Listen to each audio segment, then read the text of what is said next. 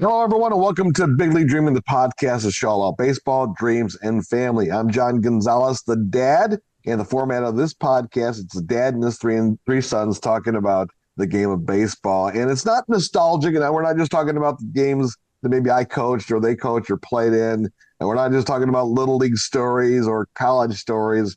We did talk a little bit about that. So if you're into that, definitely stick around for the show. But what we do is we reflect on the game of baseball today. We'll bring on different guests periodically, or we'll just talk about what's happening in the world of baseball. Obviously, the World Series just wrapped up. The 2024 season is in the books, in the record books, as they say. And it was a great fall classic. We're going to talk on today's show a little bit about the World Series, wrap it up a little bit, and maybe some off-season things as well, and get ready for 2025. That's what I love about the game of baseball right now, because you know what, there's never an off-season. Back in the day when I was following it as a kid, it's just like World Series was over, and then you just like waited. You couldn't wait for pitchers and catchers to report to spring training. Let's get to introduce all three of the sons today. All three of them happen to be on. Let's start with son number one, the oldest. It's Zach Gonzalez joining us from Charlotte, North Carolina. Zach, how you doing? I'm doing well. Good morning. How are you doing, Dad? It is morning. We can only fit our schedules by doing this like at 6 o'clock in the morning on a random Friday. So, I'm glad you could join us. It's early for all of us, but you know what? It's good when we all get together. Son number two is Ty Gonzalez. He's based in Grand Rapids, Michigan. Ty, how are you doing this morning? Oh, I'm doing awesome. It's been way too long since we've been able to do an episode and talk some baseball. We missed a lot of crazy stuff that happened since we recorded our last episode. Yeah, we have missed a lot, and we apologize for that. Life happens, right? So we've been trying to do this podcast. We have been doing this podcast, excuse me, every Friday, every Saturday morning, dropping new episodes. And life happened. October got busy for all of us. The World Series. I got a new job. I got sick too not too long ago, so it's just been kind of a whirlwind for us. Son number three is based in South Bend, Indiana. He might not be on the camera because he's a little busy at work right now. Zane, how are you doing over there in South Bend? I'm, I'm doing well. Just getting ready for the guys to come in for a lift. Zane is the associate head coach at Indiana University at South Bend. He has been there for a few years now, and as he says, he's in the off-season mode, getting ready for a lift there with the players. So we still are involved in the game of baseball one way or the other.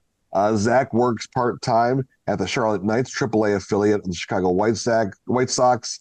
Zane, as we said, is coaching baseball, working with pitchers and there and doing in recruiting as well. Ty is just a huge Mets fan, and me, well, this just in. Zach, you'll love this. I think I told you when I was there in North Carolina recently for my birthday. By the way, belated happy birthday to you. I am now a season ticket holder of the Detroit Tigers. How about that, Zach? You did tell me that. Um, so that'll be fun. You could get early access to the playoff tickets. That's the plan. What was the plan this year, but it didn't quite work out for the Tigers. I didn't make it to any of the games against the Houston or against Guardians, but you know what? I'm looking forward to a great 2025.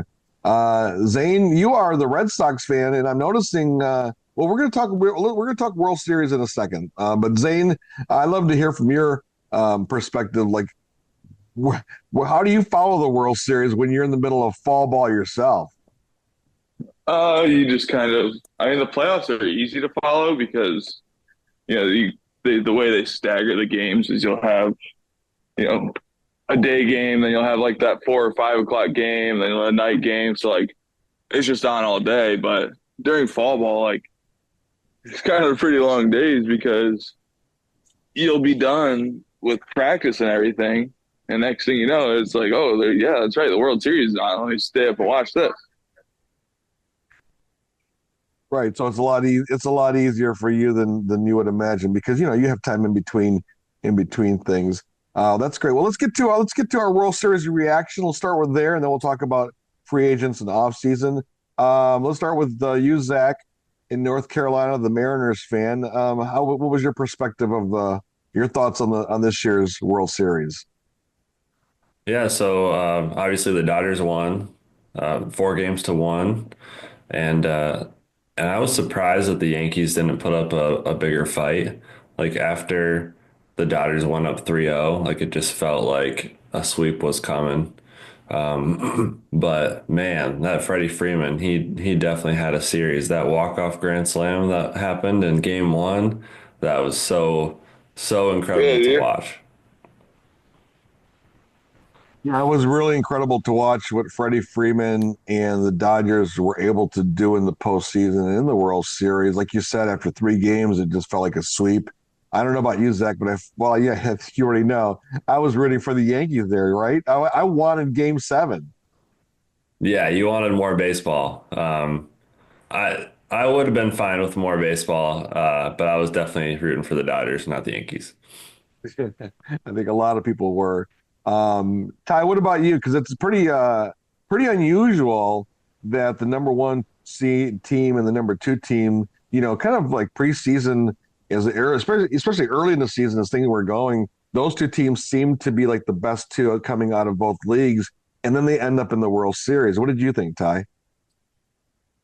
Yeah, well, it always seems like it's like the top two teams never make it to the World Series. It's always like some big sleeper team. So I was pretty surprised that both the top teams made it.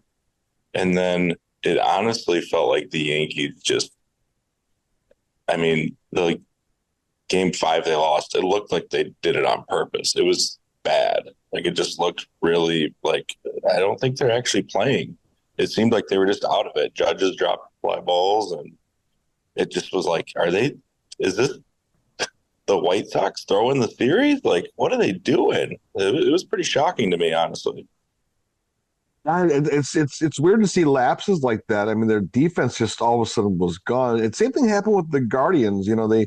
They just look unbeatable. Then they play the Yankees, right, in the champion in the ALCS, and they were making mistakes and throwing the ball away. And you're like, going, wait, what happened? Right? You were so good, and then all of a sudden you're not.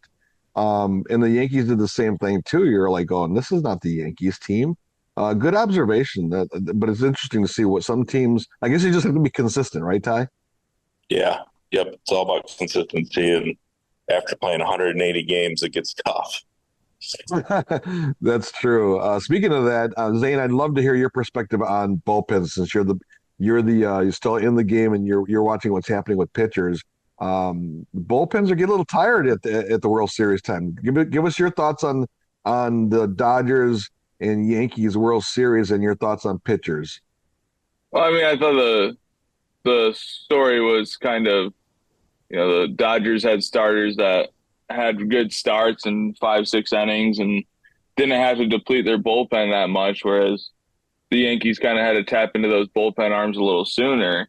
And then, the only game the Yankees win is when the Dodgers are trying to reset their rotation and just do a bullpen game and run a bunch of guys out there 1 or 2 innings at a time. So, but yeah, I mean, the playoffs are a different animal because, you go from the regular season of, you can pick your spots and like, hey, yeah, this guy's hot today, but if it's a low pressure situation, let's get him in there so it's not as high stress, not as much intensity on him. But in the playoffs, everything's high stress, everything's high intensity. So, you can see it kind of wear on the Yankees a little bit, even though Garrett Cole gave them a really good start. Like, their defense was really bad, and that's always going to kill the pitching. Yeah, Zach, your thoughts on the pitchers because those bullpens. I mean, there's every level of the playoffs. So that bullpen just gets used more and more and more, right, Zach? Yeah, absolutely. And I feel like the Dodgers just having that offensive power just took so much pressure off of their bullpen. I mean, they're running guys out there like Ben Casperius and Landon Knack and these guys that are, AAA guys but are forced to throw major league innings this year because they had 2 full starting rotations on the injured list. Like legit 10 starters down, injured, out for the year. Like just insane. And because they have that luxury of Otani, of Freeman, Mookie Betts, Teoscar having a great year. And then like their role player guys, Gavin Lux, you have like quality players that are batting 6 through 9. Like that's going to take a lot of pressure off of these pitchers. Just go out there, be confident. Let me put it in the strike zone. Let the defense work, and we'll put up runs. Yeah, good point. I know I looked at both those rosters before game one of the World Series with the Dodgers versus Yankees matchup, and I looked at the Dodgers 1 through 9 batting order versus the Yankees 1 through 9. And I'm like, I don't think this is a series at all. I mean, the Dodgers clearly had the better overall offensive power, and I'm like, I don't know how the Yankees survive this. And at least Judge started coming around a little bit too, right, Zach? Did you say tie? Oh, Zach. Or I me? said Zach. I said, yeah. Oh, Oh, sorry. I read Zach. I said, it seems like the Yankees, at least Judge was kind of a non factor early on in the playoffs and then seemed to come on a little bit. yeah, a little bit, but he was still striking out way too much, and um, they weren't getting that hot bat from Giancarlo Stanton like they were earlier in the playoffs. He kind of went quiet in the World Series, and it put a lot of pressure on, Rizzo to step up, Jazz Chisholm to step up, which they can in spots here and there. But when your number one guy, Judge, is not hardly doing anything, and then you're not getting that extra production from Stan like was coming out, it just makes it really hard on everybody else. Yeah, and I'm sure you can relate as a Mariners fan. Like Julio had a rough year, and it's hard to watch that, right? When he's not producing and the team is counting on him. Yeah, when you have like one face of your franchise player who's your dynamic, like number one guy, if you only have one of those guys and he's not performing, then it's very difficult on the rest of the team because not every team has four face of the franchise guys like the Dodgers do. Yeah, for sure, for sure. All right, let's go to Ty. I know Tyler. We're going to talk a little bit of off-season things. Pete Alonso, you're the Mets fan. Where's it? What's going to happen in the Pete Alonso saga for 2025? Is he going to stay a Met?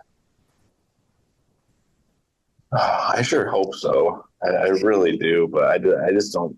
I don't think he is. I think he's going to go elsewhere. I think he's going to get a big contract, and people are saying maybe the Tigers. He might That go would to be the fine. Tigers. That would be fine with me as a new season ticket holder to watch Pete Alonso, in a Tigers uniform would be pretty cool. But there are a lot of teams I think it seems to me that have Pete Alonso as a backup plan because there are a lot of free agents out there. It's going to be an interesting offseason when it comes to free agents. Alonso is one of the big names, but the other is Juan Soto. And Zach, this is the guy that's going to command a lot of money on the market, right? Oh yeah, absolutely. He's going to get like $600 million. Um, and there's only a few teams that can pull that off. So if he does go to the Dodgers, it's just gonna be ridiculous. Like, how are other teams supposed to compete against a roster like that? Um, yeah, we'll see what happens. There's only going to be a few teams in that sweepstakes, I think. Um, and I don't know. I mean, hopefully Alonso can stay with the Mets, but Ty, at least you can continue to watch baseball because you said if Alonso gets traded, you're never watching the Mets again. That's true. I did say that. I said if he was going to get traded, I will not watch. But he won't be traded now. He'll just sign somewhere else. Now, does Soto have a chance? Do the Mets have a chance to sign Soto? I know that they're meeting either today or tomorrow and having initial talks. I mean, is there a chance that Soto could go to the Mets, Ty? I think there might be a chance, but I don't. I feel like it's. I feel like they won't do it. There's definitely always a chance though because they have a lot of money, and if they, I feel like maybe if they don't get Alonso, they might go for him just because they'll have some extra money. But I don't know. It's hard to say. Yeah, it is definitely hard to say, but that would be something else, though, right? If Soto landed with the Mets, oh man, I would love to see that. All right, Zane, I know that you're busy there with your lift, and your players are coming in pretty soon here. And I know that it's hard for you to keep track of what's happening with your Red Sox team, but I was looking through all the 20, there's like several free agents out there on the market this offseason. And I was looking through some of like on MLB.com, some of the projected teams that some of these free agents would go to. And I kept seeing Red Sox, Red Sox, Red Sox. Are they big buyers in this offseason? Do you know? I mean, I think after last offseason, the Red Sox did a lot of talking of they were going to go out and sign people and then didn't really sign much. So I think a lot of the fan base is upset. So I wouldn't be surprised if the Red Sox are in a lot more discussions and do a lot more signings this offseason just because of kind of the backlash they face after last offseason going into this year. So but even last year, they were, it was always Red Sox are in talks, Red Sox are in talks. So, I mean, we'll see if they can actually pull the trigger on some guys. They definitely need some rotation pieces, and they need a big right-handed bat is what they're looking for. So, we'll see if they can pull through or if they just keep riding out the farm system. That they have a really good farm system right now, and kind of just keep nurturing that. Yeah, no, the Red Sox are. I think. I mean, we've talked about on this podcast on Big League Dreaming. We've talked about the Red Sox throughout the year as we talk about some of our favorite teams. But I know that you've always said, you just never know with this team. They're going to look great one day and look terrible the next. So I hope they get back in the game as being one of the major players because it's fun to watch that, right? That Yankees, the Red Sox, the whole rivalry stuff. The American League East being so dominant as it had been. Now it's the American League Central. Hey, all right. I'm all about that. The Central looks tough again this year. I think the Tigers. I saw this. Zach, I'd love to get your thoughts on this, or any one of you guys. I saw that Gleyber Torres is a free agent, right? Yankees guy, leadoff batter, second base. That the Tigers are in negotiation, or the Tigers are a team that might pick him up. Is that a good or bad thing? Because I mean, the Tigers have built their kind of this unsuspecting team that made the playoffs out of nowhere, going on an impressive historic run at the end of the 24 season to make the playoffs, surprise the baseball. Do they bring in someone like Gleyber Torres to kind of, bring the team even closer together, bring some stability to the lineup, or do they kind of stick with their formula? What do you think, Zach? I'm not sure. I wonder if the whole Javi Baez thing, paying a lot of money for a Latino second baseman and middle infielder, might scare them away from Gleyber Torres. Um, I mean, it makes sense bringing in a veteran to kind of bring guys together, but I know like a lot of the Tigers' big prospects are infield type guys, and you got Kevin McGonigal on the way and Jace Young. So I'm not sure if like putting a for sure second baseman there every day would kind of I mean, if you're going to trade some prospects, that makes sense, but they might get a little backlogged at second base if that's the route that they want to go. Because I think a lot of those Tigers prospects, middle infielders, they're mostly second basemen, besides maybe Young at third. Because you have like Colt Keith and Henry Malloy, who they transitioned to the outfield a little bit. But yeah, I mean, Torres, there's a lot of things wrong with Torres and his profile as a player, but he has experience and he has shown he's been able to produce offensively, and he's not going to hurt you on the infield. Yeah, I don't know. I agree with you. I don't know if he's the right person to have in at this time. But yeah, the farm system is loaded. Like Zay was saying, the Red Sox farm system loaded. Tigers same. I watched McGonigal. I think Ty, you watched McGonigal this summer too, in Grand Rapids at the Whitecaps. I mean, the guy can play, and Colt Keith had a decent season. So I don't know if going a veteran route like that makes any sense. Ty, you liked McGonigal, right? You watched that. What's his name? I'm blanking on the outfielder. Thanks, Clark. Max Clark. Max Clark. Yeah, Ty, you watched both of them play this summer. Yeah, I think I agree with Zach, and I think they probably won't go for a second baseman. They have McGonigal, and he looks solid, and Jace Young and all these young guys coming up. It might just mess with the vibe that they have going for them, and they made the playoffs. I think really just a little bit more pitching, and which the Tigers bullpen was great, but I think just a big bat like Alonso, like a DH guy, would help him out a lot, and he can also play first, and him and Torkelson can swap at first, and I think they just need to stick with their young farm system. They built up something really special, and they're still building it. I mean, I think the thing is, like, with Torres, is he's probably going to be looking for a longer extension, like a longer contract, right? Like he's only like what, 26, 27 years old, so he's going to want several years on that contract. So like if they already have those infielders knocking at the door, the Tigers are probably going to realistically offer him 2 years to give a little bit of a buffer for those guys knocking on the door, and he's not going to want that. Yeah, you're right. He's going to feel like I've earned it. I want my multi-year deal, and he's going to. I was surprised to see it when I saw that on MLB.com that the Tigers were, one of the favorite teams for him to go there. But all right, let's wrap things up here.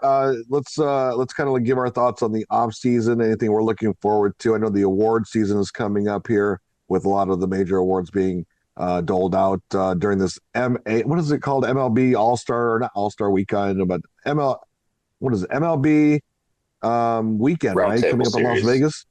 Yeah, it's coming up in Las Vegas. And then obviously, all the free agent stuff. So let's wrap up what we're looking forward to in the offseason. Let's start with you, Zane, and we'll go Ty and then Zach. I'm just looking forward to just all the rumors and talks. I mean, even as negative as I can be about the Red Sox sometimes, they're going to be in talks, and I'm very interested to see. There's a few pitchers coming over from Japan too that we'll have to keep an eye on, that I think are going to be really big pieces. But I think the big talk all year is just going to be the Dodgers, like Zach was saying. It's hard to compete with them. They make so much money, and they can give out the most money. So it's going to be interesting to see how this evolves over the next year or two, the next couple off seasons, with how the Dodgers are just attacking everyone and outbidding everyone, and to see if Major League Baseball does anything about it, because the Dodgers are doing it right. I mean, they're paying the guys, and then they're treating them really, really well when they're there. Like, I know there's several guys on that Dodgers team that just won a World Series that are free agents, but they're all saying they want to stay. And we had Kenley Jansen with the Red Sox that he said he wants to go back. So, everyone wants to kind of go to LA and the Dodgers. So it's going to be an interesting offseason to see how it evolves. And I think it's going to be very, very Dodger centered. I think you're going to hear the Dodgers a lot this offseason. But yeah, that's kind of what I'm going to keep my eye on the most. I think we never touched on the Gold Glove winners. So just wanted to, highlight that a little bit. There was a lot of first time Gold Glove winners that were announced. I think it was last week. So, full list of Gold Glove winners are out there. Zach, I saw Cal Raleigh won one. That was kind of cool. I know Wilyer Abreu, young guy for the Red Sox, won one in the outfield. So just wanted to highlight that a little bit too. I love the shout outs to the Gold Glove winners. I noticed that about Cal Raleigh as well. And I'm like I didn't realize they kept stats on how many times the framing. I think he had like 432 framed Strike saved call. Yeah. Well, what is that, Zach? Your strike save percentage. So like balls that are outside of the zone that from your framing end up being called a strike by the umpire. Wish they had that stat when I caught. Mine would be through the roof. Oh, for sure. All right, Ty, what are you looking forward to this offseason? Pete Alonso, right? Yeah, Alonso. I'm just waiting to get the ESPN alert that he re-signs with the Mets. I really hope he does. I just don't think he will. It just something feels like he's just going to go elsewhere. But I feel a little bit more hopeful about him. The way the Mets finished the season, getting to the playoffs, and almost getting to the World Series was a huge turnaround for the Mets this season. And they started so bad. Worst team in baseball in May. They were literally the worst team. So I feel hopeful that he'll stay in New York and finish out his career there, hopefully. But It'll be interesting to see what kind of big deal he gets. Welcome to the Tigers, and that's a good thing too. The All only, right, the only thing I would be good about that are the Cubs. go Oh, Cubbies! the Cubs would be hype if he went to Chicago. I've not been to Wrigley in a while, so definitely a good excuse to go. All right, Zach, what are you looking forward to the most? I'm watching to see what your Mariners do, obviously. Yeah, definitely seeing in Mariners transactions how they can improve the team offensively, see if they can hold on to their five-man rotation and not have to trade one of those guys away.